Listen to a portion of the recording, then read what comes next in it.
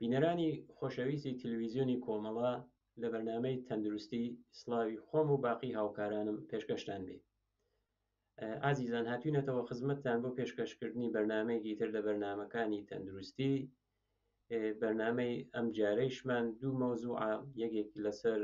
نەخۆشی سوورێژە کە ئەخبار و هەواڵگەرێک لە ئێرانە لەسەری بڵاو بووتەوە. دوومین مەوزوعی بەرنامەکەیشمان لەسەر سوودەکانی زەنجەفێڵە. بابەتی ئەوەڵ کە ژەیە یا ئەوەی کە بە نەخۆشی سورخەکیش ئەناسرێت، تقریبان لە ئوردیبێشت مانگی ئەم ساڵەوە لە ناو ڕاگەیاندنەکانی ئێرانە ئەوەی هەیە کە ئەڵێن لە بازی شوێنگەرە، بەتایبەت لە شارگەری وەک یەزدە، لە بەندەر عەباسە، لە ئوستانی هورموزگانە، لە مەواردێکە چەند مۆردێکی لێ مشاهدە کراوە. هاوکاتیش لە وڵاتێکی گەورەی سەنعەتی ترە ئەم نەخۆشیە ها لە سەردێڕی خەبەرەکانە، ئەویش وڵاتی یەکگرتووەکانی ئەمریکاست کە لەوێش سوورێژە هاتووەتەوە وەک ئیعلام هشدارێک کە بڕۆن واکسن بۆشێنن، قازانجەکانی واکسن یا چی بکەین لە بۆ نەخۆشی سوورێژە. ئەوە بابەتگەرێکی ئەم مەوزوع هەسە. بەڵام هەردوو وڵاتەکە چۆن ئەم ڕۆژانێشە هانە سەردێڕی سیاست و خەبەرەکانە، ئەخبارگەرێکیش ئەدەن کە تۆزێک لەگەڵ واقعیەت گەرێکی کە پێشوو بوو یانە لەسەر علم یا هەیەە. بۆ نمونە لە ئێرانە ئەو کەمکاریە، ئەو کەم تەرخەمیە کە مەسئولانی بێداشتی ڕژیمی ئیسلامی ئێران هەیەە، ئەڵێن کە ئەمانە مهاجرەکان هاوردویانە، ها ناو مناڵی ئەو مهاجرگەرەوە لە مەرزگەر شەرقی ئێران و مەبەستیشیان ئەفغانستانە تێنە ناو. بەڵام لە سوورەتێکی شەوانیە نەخۆشی بە ئاسانی ئەگوازرێتەوە، هیچ نژاد یا ملیەتێک ناتوانێت سەرچاوەی نەخۆشینێک بێت. دوومین مۆردیش ئەوەیە کە ئەم ڕۆژانە لە ئەمریکا کەسێک وەزیری بێداشتە لە کابینەی ئەم ڕێجمهورە، چونکە بەرنمەکە ئێمە بەرنمەیەکی علمیە تەندروستیشە، باشترەوەیە ناوی ئەو دانشمەند و محقق و زاناگەرە بووین. بەس ئەو کەسە شێوەی فامیلەکەی شۆرەتەکەی هاوناوی ئەو ڕێجمهورەسەوە لە ئەمریکا ترۆر کرا، هەر برازایگیشی ئەگەر ئیشتبام نەکردوێ. لە دەورەی کۆڕۆنا کە ئەو سیاست ترامپە بوو، ئێوە واکسن مەوەشێنە، یعنی کەسێکی تاجریشە، یعنی ها لە ناو کار بازاڕی دەوا و دەرمانە لە ئەمریکا. ئەم جارە بەرخەلافی پێشوو خەریکە مردم تەشویقەکات کە بڕۆن واکسن بوەشێنن، یعنی پێشتر ئێوە واکسن هیچ کارایەکی نییە بۆ سەردەمی کۆڕۆناکە. تا ئەو جێگەیشێ بە وەکو ئەوەی کە زانیاری لەسەر نەخۆشی سوورێژە یا ئەو سورخەکە ئێمە بۆ پێشکەشی بینەرانی خۆشەویستمان بکەین. نەخۆشینەکە عامڵ و هۆکارەکەی ڤیرروسە، چونکە ڤیرروسە حتممە واکسنیشی هەیە. پس تەنیا ڕێگە دەرمانی کە بۆ ئەوەی کەسێک تووشی نەبێت واکسنە. ئەو واکسنیشە لە ئێرانە کە ئەوەش گێت لە 1 ساڵگی و 1 ساڵ و نیوی، یعنی لە 12 مانگیە مناڵێکە تێتە دنیا، لە 1 ساڵگی کە 12 مانگی و 18 مانگیە 1 ساڵ و نیویە. بۆیە مناڵێک کە ئەگەر شرایەتەکە پێش هاتە بەرەوە، ئەگەر پێش ئەو 1 ساڵگیە بێ، ئەتانی وەک ئەوە بڵێن کە ها لە معرەزی خەتەرە، ئەبێت چۆن واکسنەکەی وەرنەگرتووە، ئەبێت ئاگاداری وەزعی ئەو مناڵە بن کە ئەگەر محیتگەری شرایەتێک یا کەسێک تووشی سوورێژە بووە، ئەو مناڵە خۆی پارێزێت و نێڵین کە تووشی سوورێژە بێت، چونکە حاڵەتێکی خەتەرە. ئەم نەخۆشیە ئەتوانێت بەتایبەت لە مناڵانە، چون نەخۆشیەکەش لە ئەسڵ تایبەتی مناڵانە، بەڵام مناڵێک کە واکسنەکەی بە مناڵی وەرنەگرتوێت نەکوتابێت، ئەوەی تر کاندیدە بۆ ئەوەی کە لە داهاتووە تووشی ئەو نەخۆشی سوورێژە ئەگەر بڵاو بووە ببێت. نیشانەکانی چەند؟ نیشانەکانی چونکە عفونەتە، ڤیرروسە، تاس یعنی بەرزبوونەوەی گەرمای لەشە، کۆکەس، ئاو لە دەمولوتە و تێت، چاو حاڵەتێکی ئەحتەقان یا سوورە بێتەوە. دوایەوە نیشانەگەرێکی پێسیە، ئەو نیشانەگەر پێسیە تقریبەن وەکو زیبکە یا جۆشکەرێکی سپین بەڵام چۆن قاعدەکەی کەفەکەی سوورە هەر بە بوونی و ناویشە و ناوە کە لە سوورە و هاتووە سوورێژە ئاوە حاڵەتی گەز کە لە سەرەوە بۆ خوارەوە دەست پێەکە یعنی یەکەم جار ئەو نیشانەگەرە ئەو خاڵە سپیگەرە کە قاعدەکەی سوورە بەڵام لە دوور و سوورەداتە بەرچاو لە گۆنا لە سەرچاوە دەست پێکات وردە وردە تێت بەرەو دەست ئەڕوات دوایەوە لە لەشە جا بەرەو ڕان و قاچەکان ئەڕوات ئەوەی کە بڵاوە بێتەوە بە چاویش ئەبینرێت چونکە ئەو نیشانەی پێسیە هەیە ئەو حاڵەتە درمیە هەیە بە ئاسانی تەشخیص ئەدرگێت بەڵام مەسئلەی کە هەیە ئایا کەسێکە واکسنی گرتووە ئەتوانێت واکسنیش دەریافتکات واکسنێک هەیە کە بە واکسنی تەقویەتی ئەناسرێت یانێ واکسنێکە بۆ کەسێک کە پێشتر ئەوەی وتمان لە مناوەیە ئەو واکسنیت دەریافت کردووە بەڵام ئەو احتماڵە هەیە کە دیسانەوە توش پێ واکسنە تەقویەتیەکە ئەتوانێت دەریافتیکە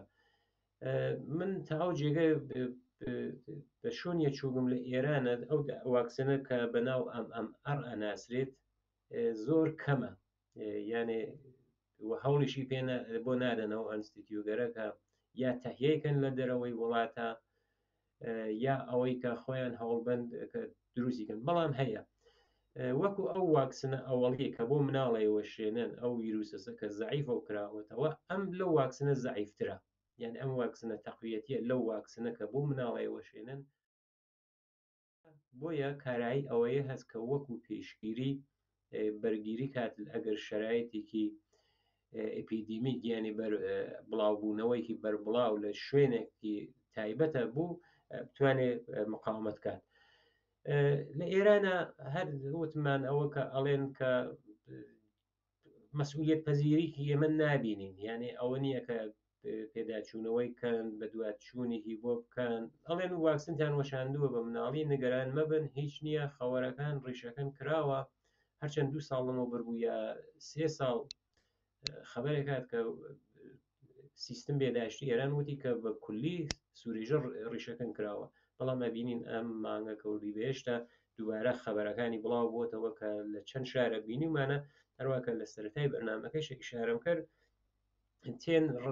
ئەو کەمکاری خۆیانەوە ئەپۆشێنن کە ئەمە ڕەتی هەست بە نژادگەر و ملیەتگەرترەوە ئەم نەخۆشیە لە شوێنێکی ترۆ هاتووە بەڵام لە وڵاتی ئامریکا تقریبان بە سەختی لەسەری کارەکەن چۆن کەوتویانە تا 25 ساڵی داهاتوو بەهۆی ئەم نەخۆشیە و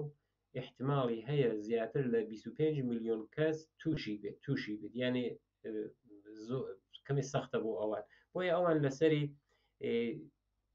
تاکیدیان کردووە ئەو واکسن یا داوەریە یا ئەو واکسن تەقویەتە حتمما ئێژن بۆشرێت مشکلە نییە و کەسە ئەگەر 20 ساڵ 30 ساڵ 40 ساڵ 50 ساڵ تەمەنیە هیچ مشکلە نییە توانێت واکسنەکە بۆشنێت چونکە ئەتوانێت بەرگری کات لە بڵاوبوونەوە بەرگری کات هەم بۆ شخصە هەم ئەوە کە لەناو کۆمەلگا بەری پێ بگری معموڵەن جیا لە واکسنە ئەوڵی کە هەیە واکسنی سوورێژە ئەمان ئەڵێن کە ئەتوانین ئەو واکسنیشە هەر لە 12 مانگی و 15 مانگیشە بۆ شوێنرێت لە نێوان 12 تا 15 بڵێ 1 ساڵ تا 1 ساڵ و نیمی لە هەر کاتێکیە بوو بۆ شوێنرێت لە خواروی تەمەنی 6 ساڵیشە بۆ شوێنێت معموڵەن ئەو ئەڕە هەر ئەو واکسنە سوورێژە نییە ئۆریۆنیشی تێکەڵە یانێ هەم واکسنێکی سوورێژەس ئەوش کە نەخۆشیێکی ڤیرروسیە بەتایبەت لە قڕگە و زۆرتر خۆنیشانەکانیدا کە ئەگاتە گوێ حتا پێشتر ئیسەوان نیە پێشتر تاو ئەنازە بوو کە لە عوارزی ئۆریۆن ئەوە بوو کەسێکێتر حتا عقیمیە کرد یا عوارزێکی سەختی لە بیستنە لە گوێەکانیە لە ژنفتنە بۆی دروستە کرد چەند پرسیار کە هەیە لەسەر ئەم مەوزوعە لەسەر ئەم واکسنە یا ئەم واکسنە تەقویەتیە هەیە کە من لێرە پێشکەشی ئێوە خۆشەویستان یەکەم یەکێک لەو پرسیارانەی کە زۆر لە ڕاگەیاندنەکانە ئەخواتە بەرچاو یا پرسیار کراوە ئەڵێن کە ئەو کەسانەی کە واکسنەکەیان کوتاوە یانێ مەبەستیان ئەوەنەوە لە مناڵیە کوتاویانە ئایا توانن واکسنێکی کۆمەکی یا یاداوەری هەڵگرن کە چونکە عوامڵێکی جۆرا و جۆر هەیە بۆ سوورێژە ئەوە جوابەکەی ئەرێ نییە یعنی ئەبێت ئەتانن کە دووبارە واکسنگر ئەو هۆکارگەریشە کە دەستنیشانیان کردووە دیارە ئەو هۆکارگەرە ئەو منبعا و سەرچاوە هین ئامریکاس لە ئێرانەوە نەکراوە ئەڵێن کە ئەو هۆکارانەی کە ئەوێتە هۆکار بۆ بڵاوبوونەوەی سوورێژە ئەوەیە کە شیوع پەیاکات یعنی لە کەسێکە بۆ کەسێکی تر ئەگوازرێتەوە ئەوە یەکێک لە دەلیلەکانیە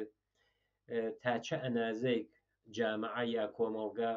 واکسنە بووە هەرچی واکسنە لە ئامارەکەی لە سەروترۆ بێت سوورێژە کەمترە هەیە لە بازی کۆمەڵگاگەرە لە بازی شوێنگەرە بە هۆی بازێ لە ئاین و مەزەبەکانە کوتانی واکسن بە حرامەزانن بۆیە معموڵن لەو شوێنگەریشە ئەڵێن کە احتماڵی سەرهەڵدانی سوورێژە زۆر ها لەسەرەوە معموڵەن کەسانێکیش کە زەریب ئیمەنی بەدەنیان ها لە خوارەوە ئەوانیشە وەکو کاندیدن بۆ توشبوون بە ئەو نەخۆشی سوورێژە ئەتانی وەکو خولاسە بڵێن کە یەک دانە واکسنی یاداوەری بۆ ئەم نەخۆشیە بەسە معموڵەن ئەڵێن کە ئەوانەیە کە لە ساڵ 1957 یا پێشتری هاتوونەتە دنیا هیچ احتیاجێکیان نییە یانە 1957 کەسانێک کە 65 ساڵیانە بڵێن ئەوانە هیچ واکسینێکیان احتیاج نییە بۆچی چۆن ئەمانە کاتی خۆی واکسن نەبووە ئەو کاتە کە واکسن کوتن بەڵام چونکە واکسن نەبووە بەڵام نەخۆشیەکە بووە توش نەخۆشیەکە بوو بن ئەوە سیستم بەدەنیان خۆیان ئەو مقاومەتی هەست پس ئەوانە احتیاجیان نییە یەکێک لە عامڵەکان یعنی کەسێک کە واکسنیشی نەکوتا بێت بەڵام تووشی ئەم نەخۆشیە بێت ئەو کەسە ئانتیبادیەکەی یانە زدەکەی دژەکەی دژەتەنەکەی لەش خۆی دروستیەکان بۆ داهاتوو ئەو کەسەیتر توش نابێ یا ئەگەر تووشیش بوو زۆر خەفیفەیگری حتا شایدیش نیشانەکانی زۆر لە خوارەوە بێ ئەو کەسانیشە کە احتماڵی هەیە لە مەعرەزی خەتەر و مەترسیە بن کارمەندگەرێکم کە هانە سیستمگەر بێداشتیە بەهۆی ئەوەی کە سەرکاریان هەیە لەگەڵ کەسانێکە سوورێژیان هەیە معموڵەن بە نەخۆشیکی مسافرەتی یا سەفەریش ئەڵێن کە دەگواستنەوە یا مهاجرەت یا چوون بۆ شوێنێک مەسەڵەن کەسێک سەفەرەکە بۆ شوێنێکی تر احتماڵی هەیە ئەو ئیپیدیمیا و کاتە لەو شوێنە بوێت احتماڵی خەتەری هەیە کە توش بێت یا بۆ نمونە پێچەوانەکەیشی ئەتوانێت دروست بێت لە هەر حاڵە ئەگەر کولی ئەو بەحسە لەسەر ئەوە بوو ئەگەر کەسێکیش واکسنی وەشاندوێ پێشتر ئایا هەر باشە ئەگەر واکسن یاداوەرێکیش بۆشنێ کە جوابەکەی وەشانەکەی باشترە تا ئەوەی کە نەیوەشێنێ بینەرانی خۆشەویست بۆ بابەتی دوومی بەرنمەکەمان لەسەر بابەتێکە کە زەنجەفێڵە یعنی سوودەکانی زەنجەفێڵ شاید لە ناو فەرهەنگ و کولتوری ئێمە زەنجەفێڵ جێگەیەکی ئاوا تایبەتی نەگردوێتەوە بەڵام ئەم بەرنامە کە بەشی دووم بەرنمەکەمانە تەرخان کردووە خۆب زەنجەفێڵ ئەتین بڵێ میوەی کە ڕیشەیە یعنی لە سەردارە نییە هەروەکو پەتاتە زمینی لە ئەرزیە تقریبا وەکو سێبنەرد وەکو هەر پەتاتە شقڵەکەیشی هەر ئەوە سات دوای ئەوەیشە تامەکەی کەمێ ناخۆشە بۆ بازێک کەس شاید پێچەوانەکەیشی بێت کەمێ حاڵەتی تونی هەیە بۆیە لە زۆر شوێن بۆ نمونە بۆ کەسێک ئەڕوات ئەگەر تووشی هەڵامەت و سەرماخوردگی بوێت بڕوا بۆ لای دوکتەر ئەنووسێت کە بڕۆ چای و لیمو و هەنگوێن قاتی کە ئەوە بخوا ئەگەر زەنجەفێڵیش بوو زەنجەفێڵی لێبە بە پێچەوانەی بازێک کولتور کە ئەگەر کەسی تووشی هەڵامەت بوو حتممە ئەبێت عەلاگە و دەڵقێکی پڕ لە دەرمان بنووسرێت قورس و دەرزی بۆ سەرماخوردگی لە زۆربەی شوێنەکانە ئەوە نییە یەکێک لەو چارە سەرگەرە کە هێژم بڕ ئەو خۆ ئەتانەی یارمەتیت بات بۆ چاکبوونەوە ئەو زەنجەفێڵەسە. من بابەتێ بوو کە 5 سوودی زەنجەفێڵ کە هەفتەی پێشوو لە یەکدانە لە مەنابعی معتەبەری علمی چاپ بوو. چۆن شتەکە ئەوە نییە کە لە دەرمانێ بێ لە ئازمایشگایەوە هاتوێتە دەرەوە. من بە دوواداچوونەوەم بۆی کرد هەر ئەو مەطلبە لە چەند سایتی مختلفە چاپ کرابوو، یانە لە چەند سایتی پزیشکیە لەسەر زەنجەفێڵ چاپ کرابوو. ئەوەیە کە بۆ سیحەت و سقمەی علمیەکەی کە بەشی علمیەکەی چۆن بەرنامەیەکی ئێمە بەرنامەیەکی علمیە، من هەوڵمدا کە حتمەنە پایەیەکی معتەبەری علمی بێت کە وابوو لە چەند مەجەلەی علمی معتەبەرە بە چەند زوان هەر ئەم مەقالە چاپ کرابوو. دیارە ئەگەر ئێمە بازی شتگەرەکە ڕووەکین وەکو هەر ئەم زەنجەفێڵە بێژین کە بۆ سڵامەتیش تەسیریز، من وازانم لە حوزەی تەندروستی و سڵامەتیە فەرقی نەبێ. حەزەکەم لێرە یادێ بکەین لە کاک ڕەحیمی مەلەکی، یادی بەخێر کاتی خۆی کە هاوکار من بوو لەم بەرنامە بە یەک و بەرنامان تەهیا کرد، جارێکی هەروە وتی لەگەڵ بینەرانێک لە ناوەوە کە پیشەیان داروی گیایی فرۆشتن شتە تر وتیانە ئەرێ برامە چییەکە نەگەر واکەنە بێمە دوکان و شتە تەختە بکەین ومانە. منیش وتم پێیان بڵێرە و کە ئەوەی سایتگەر ئیجتماعی فرە بوو بەسەر یارۆ هاتووە بە ناو مەزەبە و خەریکە میزی وشتر تەجویزەکات و تەبلیغیشی بووە کات و ئەمانە ئەو بەشە ئێمە وەکو بڵێن کە ئەگەر شتێکیش بڵێن کە 100% نییە، ئەمە بەسمانەوەسە کە چۆن بەرنامەکە تەندروستیە لەبەر علمی پزیشکیە. ئەوەیە کە ئێمە ئەگەر لەبەر بەسەڵەن داروگیایی و یا شتێک بێت حتممەە تاپایەکی علمی معتەبەر وەکو ئەم زەنجەفێڵە کە من ئیسە لە درێژەی بەرنامەکە ئەرزخەمەتانەکەم کە مەسەڵەن ئەڵێ بۆ فشار خوێن مۆسرە چه موادیگەیان تێ دۆزیوەتەوە کە ئەڵێن بۆ فشار خوێن مۆسرە. بۆ زەنجەفێڵ ئەڵێن کە 5 ڕێگە کە ئەتوانێت هەم یارمەتیدەر دڵ بێت هەم بۆ نەخۆشیەکان، یعنی ئەو 5 حاڵەتە ئەو 5 شێوە ئەو 5 سوودە کە هەیەی کە بۆ چۆریە بۆ فشار خوێنە هەتا بۆ قەن خوێنە ئەتوانێت یارمەتی دڵیش بات لە کولە. ئەو مەقالە وا ئەڵێت کچە وەکو چای دەم بوێت، چونکە هەیە وەکو ئەو پەتاتە بیبەر بامیە کە وشکە و ئەکرێتەوە، ئەم زەنجەفێڵیشە ئەتوانێت وەکو خەیار قاشقاش بکرێتەوە وشکە و کرێتەوە بۆ زستان، مەسەڵەن وەک چای بیخەنە ناو چای یا خاڵی دەم بکرێت. ئەوەی ئەو مەقالەیەژێ ئەمە ئەگەر وەک چای دەم کرێت و چەند ناو خواردنەکانە سوورەوە کردبێتەوە یا ئەوەی کە وەکو کەپسول دروست کرابێت، ئیسە بازی لە شرکە چایەکانیش هەیە بۆ تەبلیغ هەر ئەو چای زەنجەفێڵیانە هەر دروست کردگە بۆ حاڵە ئەو چایە کیسەیگەرە هەیە. ئەڵێت کە ساڵهای ساڵە کە ئەزانین زەنجەفێڵ خەواسی کێس بەسەر هەزمی غەزا، چه ئەوەی کە تەسکینەدات یانی هەزم غەزا ڕاحەت دەکاتەوە ئاسان دەکاتەوە بۆ کەسە، هەم ئەوەیشە کەسێک کە حاڵەتی ڕشانەوەی بێت ئەمە تێر دەخوارەوە. بەڵام ئەم تاقیقا ئەڵێت کە ڕیشەی کە ڕووەکێکە ڕیشەیە دوایەوە تونە ئەتوانێت بۆ بازی شتکردتریش حیاتی تر یا سوودەکانی زۆرتر بێت. بەڕەسیەکە وتویە کە بەڕەسی کراوە متاڵعە کراوە کە زەنجەفێڵ ئەتوانێت و احتماڵی هەیە یا ممکنە لەسەر هێنانە خوارەوەی فشار خوێن یا زەخت، هێنانە خوارەوەی کولۆسترۆڵ ئەویش جۆرە خراوەکەی LDL یا چۆریکتر هەیە تریگلیسیرید، لەسەر ئەوانە کە هەر کامیانێ هەم تریگلیسیرید هەم LDL هەم فشار خوێن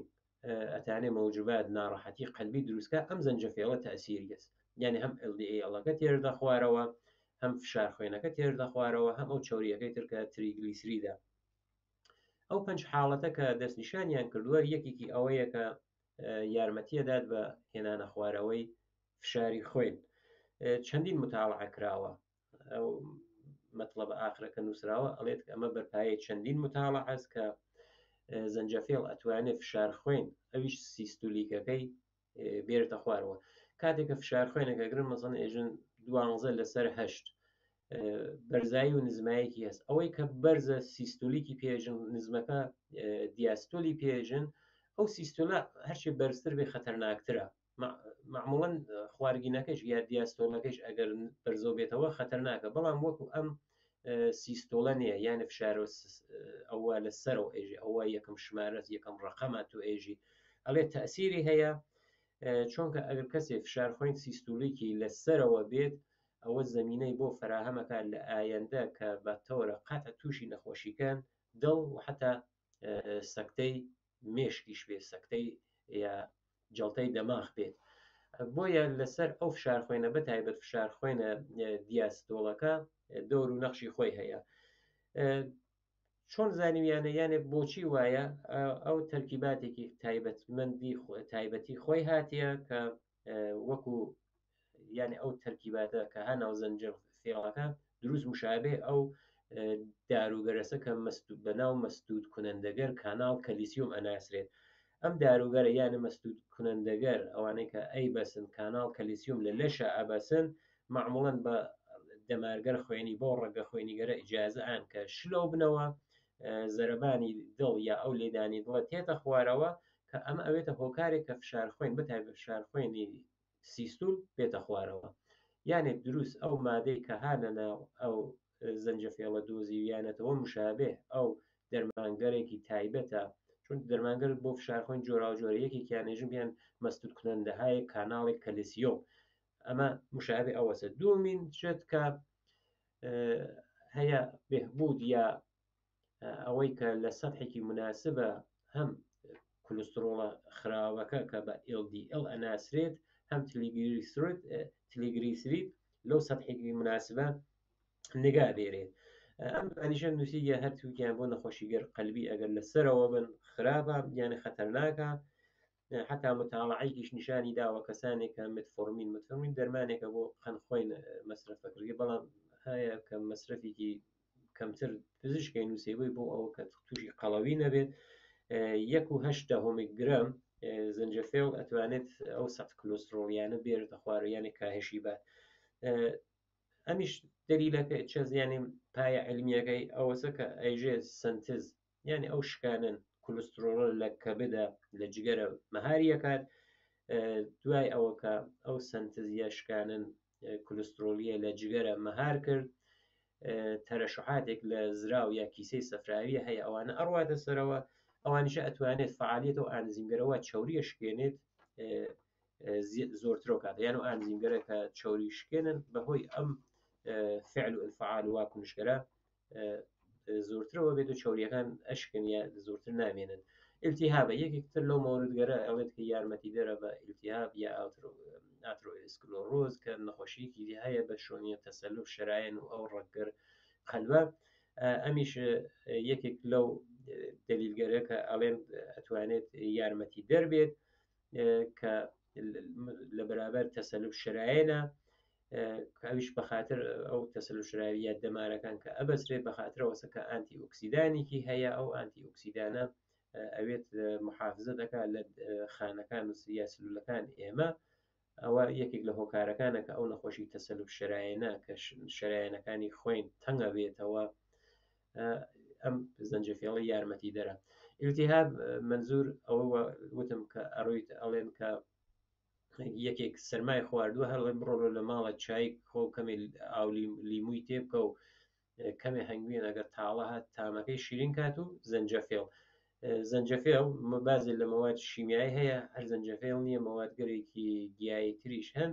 کە ئەتوانێت یارمەتی دەر سیستم تەقویەتی ئیمنی بن کنترۆل باکتری ڤیروس و باقی میکرۆبەکانیش بکەن یانێ هەم لەسەر باکتری هەم لەسەر ڤیروس هەم لەسەر بازی لە میکرۆبەکان تر ئەم کولسترۆڵە ئەم زەنجەفێڵە ئەتوانێت تەسیری بێت ئاخری مەوردیش کە وەکو پەنجومین مورد و ئاخرین مورد ئشارەیان پێ کردووە ئەوەسە کە پشتیبانیەکات لە ئەوەی کە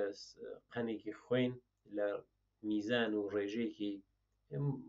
متعادڵ یا میزانە بێت تقریبا بۆ ئەمە چەندین متاڵعە ئەنجام بدراوە، یعنی نەتیجەی چەندین متاڵعە کە ساڵگەر مختلف لە شوێنگەرێکی مختلفە، نەتیجەکان ئاوا توانە کە ئەو متاڵعاتەی کە کراوە هەمویان وانیشانەدەن کە زەنجەفێڵ ئەتوانێت لە مدیریەتی قەند خوێنە نەخشێکی ئەسڵی بێت. هۆکارەکەیشی وتیانێت بە دوو واکنشی هەیە، یەکێک ئەوە کە قەنی خوێن ئەگەر لەسەرەوە بێت تێردی خوارەوە، هەروەها حساسیت بە ئانسولین زۆرترەکات، یان ئانسولینەکە تەرشحەکەی میزانەکاتەوە، یان ئەو ئانسولینێکە تەرەشحاوێ قەن ئەشکێت ئەو کەسە تووشی نەخۆشی قەن نابێ تاسیری هەیە. معموڵە متاڵعەیەکی کە فرەتر تاکیدیان کردووە لەسەریکی یەک متاڵعە بووکە 3 مانگ درێژەی کێشاوە، تقریبا بە هەر کەسێ 1600 میلیگرم زەنجەفێڵ یانداگە ڕۆژانە، یعنی 3 مانگ 1600 میلیگرم، یعنی 1.5 میلیگرم تقریبا هەر ئەوە. فقط ئەمە متاڵعە هەمیشە وتمان بە علمە هەموو شتێک بە وەکو 100% قبول ناکرێت بۆ ئەوەی کە دووبارە تاقیقکەن لەسەری. دیارە ئەوەشە وتراوە کە ئەمانە زەنجەفێڵە، بەڵام ئەو تەسیراتیشیە هەیە، ئەمە ئەوبەتە لە حاڵەتی منفی یا ڕەدیکەنەوە ئەڵێن کە دۆزەکەی معلوم نییە، یعنی مەسەڵ منێژم 1600 میلیگرم 1.5 گرم، ئەو دۆزە معلوم نییە خەت چەندێ بێت، مەسەڵ بە چه ئەنازە بگیرگێت، یا مەسەڵەن بەفەرز تۆ لە ناو ئیسکانێکی چای پرداخی چایکە لەگەڵ مەتارەیەکی چایکە، دیارە و ئەنازەشێ فەرقە. ئەوەیە کە ئەڵێن کە ئەبێت ئەوە تاقیق بکرێت کە لەسەر دۆز ماوەکەی زەمانەکەی لەسەر چه جەمعیەتێکە پودر بووگە کوڵاوە عوسارە زیاوەکو کەپسولگەری وتم کە وەکو کەپسول و گولاش خۆراکیش هەیە لە بازاڕە، ئایا ئەمانە چەندێکە، ئەوەی کە ڕۆژانە چەندێ مەسرف بکرێت، ئەبێ ئەوەیشە یەکێک لەو مەواردسە کە ئەبێت لە نەزەرە بەگیرگێت. بەڵام وەکو ئاخرین مۆردی کە ئشارەیەشیان پێ کردووە ئەم زەنجەفێڵە ئەوە نییە کە دەرمانێکی جادووی بێت، جادو سەحر کات ئەمە دروستکە، وەکو ئەوە معرفی نەکریاگە، بەڵام وتیویانە مەسرەفی زەنجەفێڵ ئەتوانیت لە ژیانێک بە سەبکی سالمە بیگونجێنیت. بۆ نمونە ئەگەر شەرت نییە کە هەمیشە بنیام نەخۆشکەوێت بەکاری بێنێت، بۆ نمونە لە هەفتەیەکە 2 جار ئەنازەیەکی چکۆلەی لێ ئەقرتنی ئەخیتە ناو قۆڕی چایەکە، ها خۆڵێخوا مەسەڵەن لە هەفتەیەکە 2 ژەم یا 2 نۆبەت چایەکە بە زەنجەفێڵی تێکەڵ بێت کە ئەتوانێت ئەو تەسیراتی کە هەیەی تەسیراتی ئەو سوودە باشکرەکە هەیەی بیبێت. بینەرانی خۆشەویست، لێرە هاتینە کۆتایی بەرنامەی ئەم جارەیشمان. هیوادارم کە بەرنامەی ئەم جارەمان کە لەسەر دوو بابەتی سوورێژە و سوودەکانی زەنجەفێڵ بوو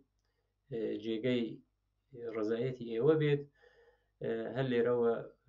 لەلایەن باقی هاوکارانم ژیانێکی پڕ لە شادی و سڵامەتیتان بۆ بە ئاواتەخوازم.